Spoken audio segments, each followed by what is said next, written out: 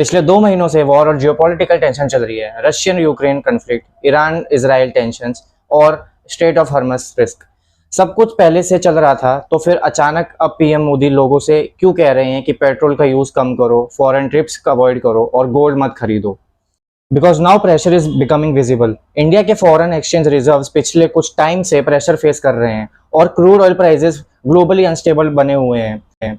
Problems ये है कि इंडिया अपनी ज़रूरत का लगभग 85% क्रूड ऑयल इंपोर्ट करता है and not just oil. India दुनिया के सबसे बड़े गोल्ड इंपोर्टर्स में से एक है। अब कैच समझो, ऑयल और गोल्ड दोनों डॉलर में खरीदे जाते हैं।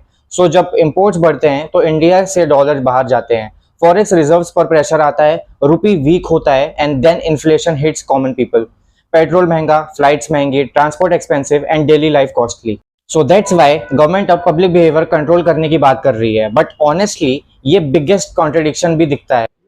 अगर इकोनॉमी इतनी स्ट्रॉन्ग और स्टेबल होती तो क्या मिडिल क्लास से ये कहा जाता कि ट्रैवल मत करो, फ्यूल बचाओ, गोल्ड मत खरीदो? बट क्या गवर्नमेंट अपने own expenditure, VIP movement, foreign visits और पॉलिसी फेलियर्स पर भी इतना एग्रेसिवली बात करेगी?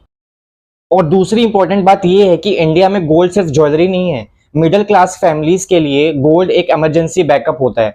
Medical crisis, marriage, financial emergency, कई फैमिलीज के लिए गोल्ड ही लास्ट सेफ्टी नेट होता है। सो प्रॉब्लम सिर्फ इंपोर्ट्स की नहीं है, प्रॉब्लम ये भी है कि इंडियन इकोनॉमी अभी भी global oil routes, dollar dependency और एक्सटर्नल शॉक्स के सामने इतनी वनरेबल है।